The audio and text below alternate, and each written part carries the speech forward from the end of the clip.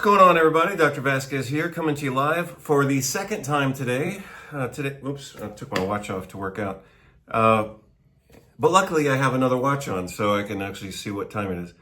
A little bit before noon, January 10th on Saturday. So I just did a video, which was my first Saturday morning rant for the day, which is basically a wake-up call for those of you who haven't woken up to America's new reality.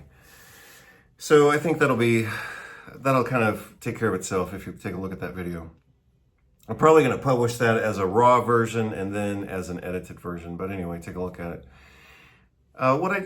What just occurred to me actually while I was working out was I was trying to understand how the psychopathic mind works. So, and I've wanted to talk about this at least a little bit. One of the myths about psychopaths and crazy people is that they're more intelligent, and that's actually not true. So psychopathic people actually have smaller brains, generally. If you look at the overall structure of their brains are actually smaller. And then certain regions of their brain could be even more small, or occasionally, paradoxically, more amplified for emotional arousal. Because obviously what we see in psychopaths are people who can't plan into the future, and that would be like Donald Trump. He can't plan worth shit. That's why the United States is totally undirected and has no leadership right now. And that's why his own businesses have a history of bankruptcy. He can't plan worth anything. And you're seeing that now. So one of the things, those are conversations that I want to develop more in the future, but I haven't had time to do it. But psychopathic people are not intelligent. You know, in the movies, they like to talk about, they make movies about, like, you know, psychopathic geniuses and all that. Another thing that I thought about recently, a way to understand that better is that just because a psychopath outsmarts you doesn't mean they're smarter than you. So you all know, for example, if you followed my work and my videos from last year, that I had an encounter with a predatory psychopath. In a business negotiation. He was a complete psychopathic predator. Well, how did I fall into his trap? Number one, because he played me as psychopaths and narcissists are commonly known to be very charismatic and they can read people very quickly.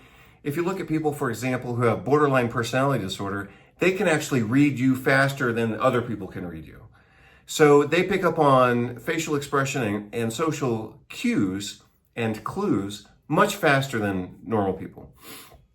But again, they might be faster, but that doesn't mean they're smarter. And if you look at the overall behavior of psychopathic people with their small brains, they usually behave ultimately in a way that's actually pretty stupid, even though they might appear intelligent within certain spheres of activity or in certain situations. And that's because they have planned for that situation. They might not have a big plan, like if you look at Trump. Trump had a plan to win the election, but he had no plan for the country after the election. He invaded Venezuela. No, first they seized a Venezuelan oil tanker, and then the media, the press asked him, what are you going to do with the oil? He said, well, I guess we'll keep it. That's a perfect example of a psychopath behaving recklessly and not even having an obvious plan for the next step. He ordered the American military to seize a Venezuelan tanker full of oil without even having a plan for what to do with the oil. So the myth of intelligent psychopaths is it's stupid. It makes for good television. It makes for a good movie every once in a while, maybe. But the reality of it is psychopaths don't plan. They have physically smaller brains. And you're seeing that on a regular basis now. One of the things that I've wondered about with regard to either dumb people, psychopathic people, crazy people, whatever, I used to wonder, for example, why don't they, if they're going to kill themselves, or if they're going to commit suicide by cop, or if they're going to do something obviously self-destructive, why don't they do something for the benefit of society on their way out? So if a psychopath, I'm sure you've seen this if you watch any police videos, but if you watch police videos, then on a regular basis, you're going to see people commit suicide by cop. So they provoke the police to kill them because they want to commit suicide, but they don't want to do it themselves. It's called suicide by cop. Well, I've always wondered, if they're going to commit suicide, why don't they do something good for society on their way out, right? I had wondered that for years. I don't wonder that too much anymore because I understand psychopaths much better now than I used to, because I've had to understand them in order to survive my interactions with them. So I used to wonder, why don't they do something for society? It's because they don't even see society. Psychopathic people are so focused on themselves in the moment that they can't even say, even in their moment of committing suicide, they can't even say, oh, well, I could do something good for society on my way out. They can't even see that far.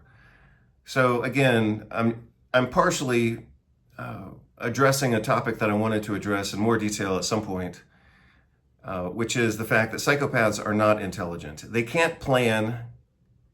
So they're dumb. They can't plan for shit. And if you look back at the history of Donald Trump, now it's obvious, right? He can't plan. All of his businesses have been failures. He's bankrupted even a casino. He had to get bailed out by his father's money, even though his father's money is how he got started in all this real estate and everything else. What else? So this is part of what just occurred to me, and this is what I really wanted to talk about. So if psychopaths lack compassion and they lack planning as well, they also lack compassion and planning for their future selves. And that's why you see them behave in self-destructive ways. That's what I just figured out while I was trying to get started on my morning exercise. One of the things that we're seeing now in the executive branch of the United States is their complete inability to plan. They have assembled a group of people in the executive branch of the United States, and none of them can plan a month in advance. So they want to invade Cuba. They want to invade Mexico. They just invaded Venezuela. Now they're talking about invading Canada and Greenland, right? But they have no plan beyond what feels to them as urgency to do X. They have no plan for X.1. And you're seeing that play out. And I was trying to figure out, how does that happen? And I think I just expressed to you how it happens, is they can't plan, but they also can't even plan for themselves. If you look at a lot of psychopaths, they behave as if they are self-destructive. But another way of looking at that, self-destructiveness implies an intent of one wanting to destroy oneself. But what if it's not exactly even that focused? I mean, that alone implies intention. What if it's so absent-minded, because psychopaths have small brains, what if it's so absent-minded that they can't even care for themselves in the future because they can't even plan and imagine themselves in the future? So remember, psychopaths classically have no compassion for other people. That's one of the defining characteristics of psychopaths. No compassion for other people. And what I'm saying now is they also have no ability to plan well because of their small, defective brains. But they also have no compassion for their future selves, right? So if I plan for my retirement, then I am caring for and planning for my future self, which requires like a third level of imagination. I have to have a vision of myself. I have to have a vision of myself in the future. And then I have to strategically plan for the present me to take care of the future me, right? That's relatively normal adult behavior. But you'll notice among psychopaths, including some people who are politicians, they have no ability to plan for the future. So like I was looking at the political behavior of the United States recently, and it's wondering, like, how can these people be so self-destructive? And that's the insight that I just had this morning, is they aren't self-destructive. It's that they are incapable of imagining their current self into the future and wanting to plan and take care of that future self. And say, oh, well, if I want to stay out of prison, or if I want to have a good retirement, I have to do things to take care of myself and take care of my money, take care of my job, take care of my employees, take care of my relationships, so that my future self, has a place in the future. These people can't even imagine the next step of their own fuck-ups. So again, a beautiful example is the one that you just saw play out. Trump seized a Venezuelan oil tanker loaded with petroleum, and then when he was asked, what are you going to do with all that oil? He said, well, I guess we'll keep it. He has no fucking ability to plan in the future, and this explains what appears to be his self-destructiveness. It's not that he's trying to destroy himself, it's that he can't plan into the future. And that's why you see the United States has no future. Like, there's no plan under Trump for the United States. Infrastructure, education, quality of life, vacations, maternal leave, paternal leave, healthcare, nothing. Like, the United States has no plan for itself under Trump. And that's because Trump himself has no plan for himself. He lives day to day, which in a way that's inappropriate for an adult, and especially an adult managing a country of 350 million people. So it looks self-destructive, but it's that his self in his own mind doesn't even exist into the future. The country doesn't exist into the future. You know, any of us, most of us, could say, well, you know, gosh, to advance the country, we need to modern infrastructure. We need safe food. Since gas or petroleum is now such a question mark, you know, back in the 50s, everyone assumed we were going to have gas forever. But now that fuel and petroleum are becoming scarce or, you know, politically entangled, we need to localize our food supply. So all the food can't be grown in California and then shipped across country, because you're not going to be able to do that if you don't have cheap gas. And that's one of the only things holding America together is cheap gas, right? You can't grow a stupid head of lettuce in California, pull it before it's even ripe, and then ship it all the way, you know, to Boston and call that's not even basic common sense food infrastructure. And so, you know, all of these chickens and roosters are coming home to the roost now. Like, reality is finally catching up with the United States. But again, a normal adult, and certainly a politician, should be able to plan, saying, hey, we don't have the oil reserves we used to have. We don't have, you know, gas and oil coming out of the ground of Texas, you know, like supposedly occurred at for the Beverly Hillbillies. That's not the reality we have anymore. America needs to have a national program of localizing its food supply. I mean, that would be great for many different reasons. One of which is that it would regionalize some of the food, and that would make America actually more interesting, right? Because right now, all of the food is distributed through these massive, corporations. And so, you know, a hamburger in Los Angeles is the same as a hamburger in Miami, as the same in Massachusetts or New York or whatever, right?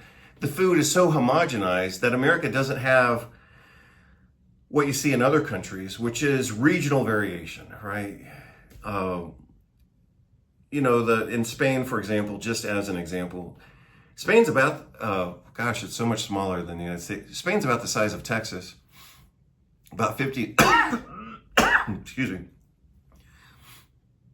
excuse me while I squeal like a pig trying to cough and not cough. But anyway, 50 million people in Spain. But if you look at the southern food of Spain, very different from the Galician food up in the north. And that's because it's regional, right? They're not shipping their food. I mean, obviously they have the infrastructure to do it, but they don't do it.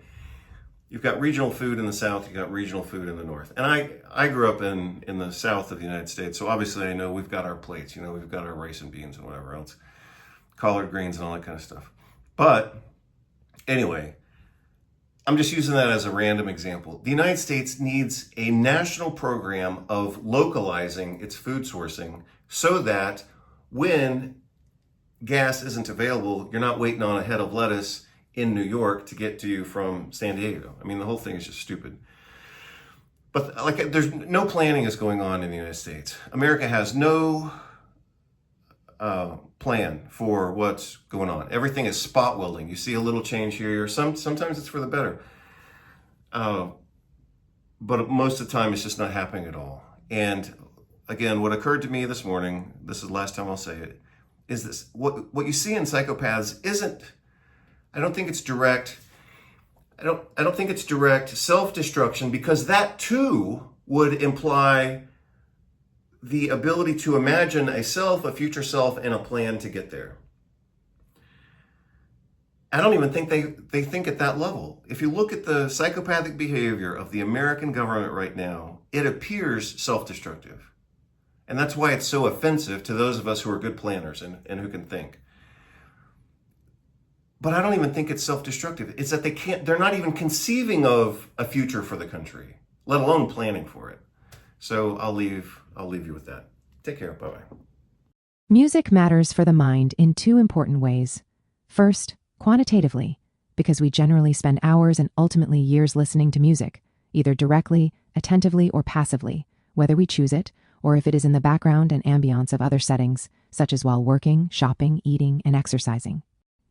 As such, musical patterns, and especially any accompanying lyrics, eventually become hardwired into our neural brain circuitry and thereby influence our perspectives, mood, and abilities as an extension of the Mozart effect. Second, qualitatively, because of the aforementioned rewiring of the brain depending on the quality, complexity, and cleanliness, when instrumental or contamination, with lyrics of the music. Occasionally, we are seduced by tonality that carries new ideas in the accompanying lyrics, and this eventually forces us to change our perspectives and thereby change our lives. Dr. Alex Vasquez, January 2026. Mas que nada sai da minha frente que eu quero passar, pois o samba já animado, o que eu quero é samba. Este samba que é misto de maracatu, é samba de preto veio, samba de preto, mas que nada, samba como este tão legal, você não vai querer que eu chegue no final. Music matters for the mind in two important ways. First, quantitatively, because we generally spend hours and ultimately years listening to music, either directly, attentively, or passively, whether we choose it, or if it is in the background and ambiance